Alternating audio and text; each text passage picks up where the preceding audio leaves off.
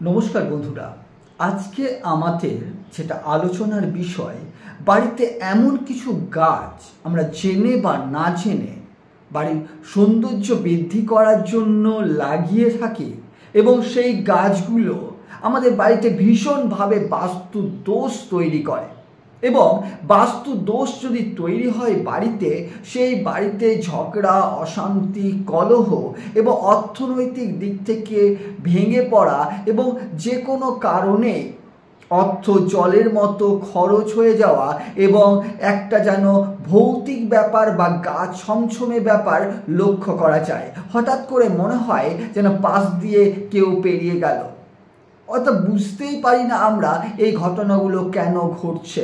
তাই আজকে আমি আপনাদেরকে জানাতে যাচ্ছি যে বাড়িতে এমন কিছু কিছু গাছ যদি থেকে থাকে তো অবশ্যই আপনার বাড়িতে বাস্তুদোষ তৈরি হয়ে আছে।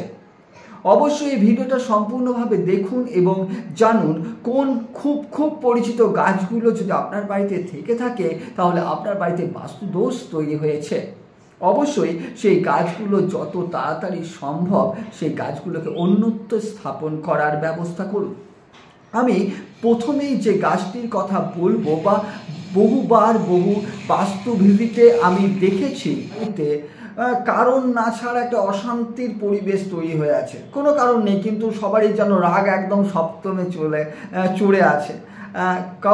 সবারই রাগ যেন সপ্তমে চড়ে আছে এবং তারা হুটহাট করে ঝামেলা সৃষ্টি হয়ে যায় বাড়িতে, বাড়ির পরিবেশটা নষ্ট হয়ে যায়। এর জন্য বাড়ির যে সমস্ত ছোট ছোট বাচ্চারা থেকে থাকে তাদের কিন্তু মানসিকভাবে প্রচণ্ড পরিমাণে তারা ক্ষতিগ্রস্ত হয়। তাহলে যে গাছটার কথা বলছি সেই গাছটা হচ্ছে ক্যাকটাস জাতীয় গাছ।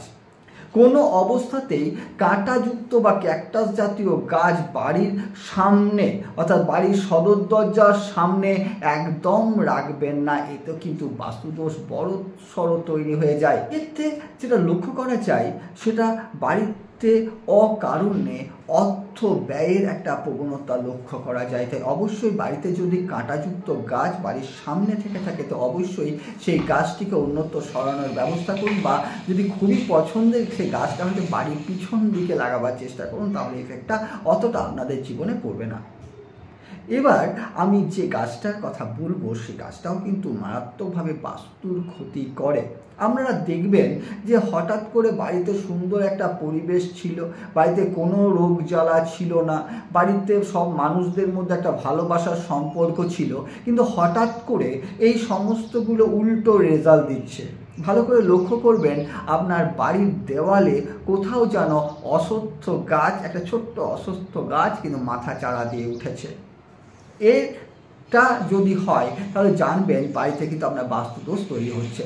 আবার কিছু কিছু বাড়িতে অশ্বত্থ গাছ রাখা হয়। দেখুন, অশ্বত্থ গাছকে ঈশ্বরের গাছ বলা হয় এবং ভগবানের ওখানে বাস থাকে। অশ্বত্থ গাছ সত্যিই খুব পবিত্র গাছ, কিন্তু বাড়িতে অশ্বত্থ গাছ লাগালে যেটা হয় ভালোর চেয়ে খারাপটাই বেশি হয়। বাড়িতে আপনাদের রোগ জ্বালার প্রাদুর্ভাব বেড়ে যায় এবং সাথে সাথে আপনাদের ডাক্তারের পেছনে অর্থ ব্যয় হতে শুরু করে। তাহলে কি করবেন? অশ্বত্থ গাছ যদি নিতান্তই লাগাতে হয় বাড়িতে, সেটা কিন্তু ঈশ্বরের গাছ, আমি আগেই বলেছি, তাকে খুব উপাচারের সঙ্গে অশ্বত্থ গাছের পূজা পাঠ করা উচিত এবং অশ্বত্থ গাছকে সেই সম্মানের সাথে স্থাপন করে যদি অশ্বত্থ গাছকে সঠিক নিয়মে বসানো যায় এবং সঠিক নিয়মে পূজা পাঠ করা যায় তাহলে কিন্তু বাড়িতে অশ্বত্থ গাছ রাখা যেতে পারে। তা না ছাড়া অশ্বত্থ গাছ বাড়ির বাইরে লাগানোই সবচেয়ে উত্তম বলে বাস্তুশাস্ত্র মনে করে। অবশ্যই যদি বাড়িতে অশ্বত্থ গাছ থাকে তো অবশ্যই অশ্বত্থ গাছকে অন্যত্র লাগানোর ব্যবস্থা করুন এবং দেওয়ালে যদি অশ্বত্থ গাছ উঠতে শুরু করে তাহলে কিন্তু বুঝবেন আপনার বাড়িতে বাস্তুদোষ তৈরি হচ্ছে। আর যে গাছটার কথা বলবো সেই গাছটা হচ্ছে তেঁতুল গাছ।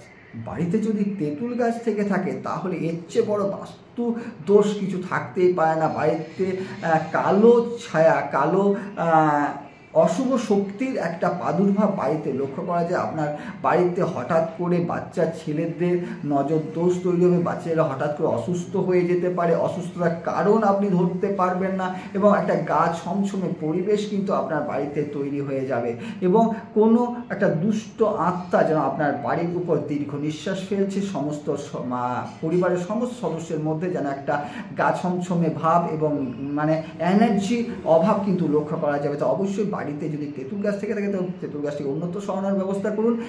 এছাড়া বাড়ির পাশে অর্থাৎ আপনার যে বাড়ির যে দেওয়ালটা রয়েছে, বাউন্ডারি রয়েছে, বাউন্ডারির পাশেও কিন্তু আপনি তেঁতুল গাছ লাগাতে পারেন, কিন্তু বাড়ির মধ্যে একদম তেঁতুল গাছ লাগাবেন না, এতে বাস্তু দোষ তৈরি হয়ে যায়। এবার যে গাছটার কথা বলবো সেই গাছটা হচ্ছে শিমুল গাছ। শিমুল গাছ বাড়িতে থাকা মানে কিন্তু বাস্তু দোষ তৈরি হয়ে যায়, বেশ বড় সড়োভাবে বাস্তু দোষ তৈরি হয়ে যায় শিমুল গাছ বাড়িতে থাকলে।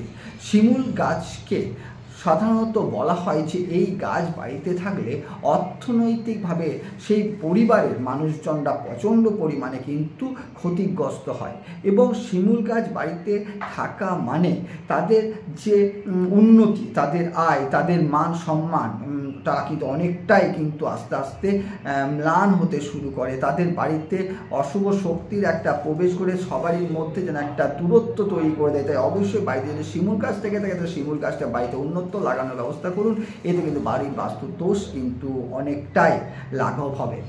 এছাড়া বাড়িতে কোনো অবস্থাতেই বট গাছ লাগানো উচিত নয়।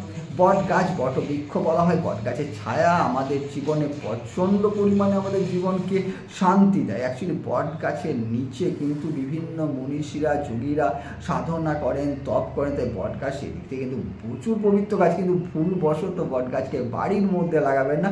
বাড়ির উন্নত বট গাছ আপনি যত খুশি লাগান, কোনো সমস্যা নেই। বট গাছ যদি বাড়িতে থাকে তাহলে দেখবেন আপনাদের সাংসারিক জীবনে কিন্তু অশান্তি শুরু হচ্ছে, সাংসারিক জীবনে সমস্যা তৈরি হচ্ছে, তাই বট গাছ বাড়িতে লাগাবেন না। দেখুন, প্রথম কথা, গাছ লাগানো তো অবশ্যই ভালো, গাছ তো লাগাতেই বলছে, প্রচুর প্রচুর পরিমাণে গাছ লাগান, প্রচুর প্রচুর পরিমাণে বট গাছ লাগান। এই ভিডিওটা আপনারা যারা দেখছেন তারা অবশ্যই একটা করে গাছ তো লাগান, গাছ পরিবেশকে রক্ষা করছে। অবশ্যই বাড়িতে এই গাছগুলো লাগানো থেকে অ্যাভয়েড করুন। ভালো থাকুন, সুস্থ থাকুন। গাছ যদি লাগাতে হয় বাড়ির বাইরে সর্বত্র যত খুশি গাছ লাগান, কোনো অসুবিধা নেই, কিন্তু বাড়ির বাস্তু দোষ যাতে না হয় সেদিকটাতে নজর রাখবেন। ভালো থাকুন, সুস্থ থাকুন। মায়ের আশীর্বাদ আপনাদের অবশ্যই হোক। আজকের মতো এই পর্যন্তই। নমস্কার।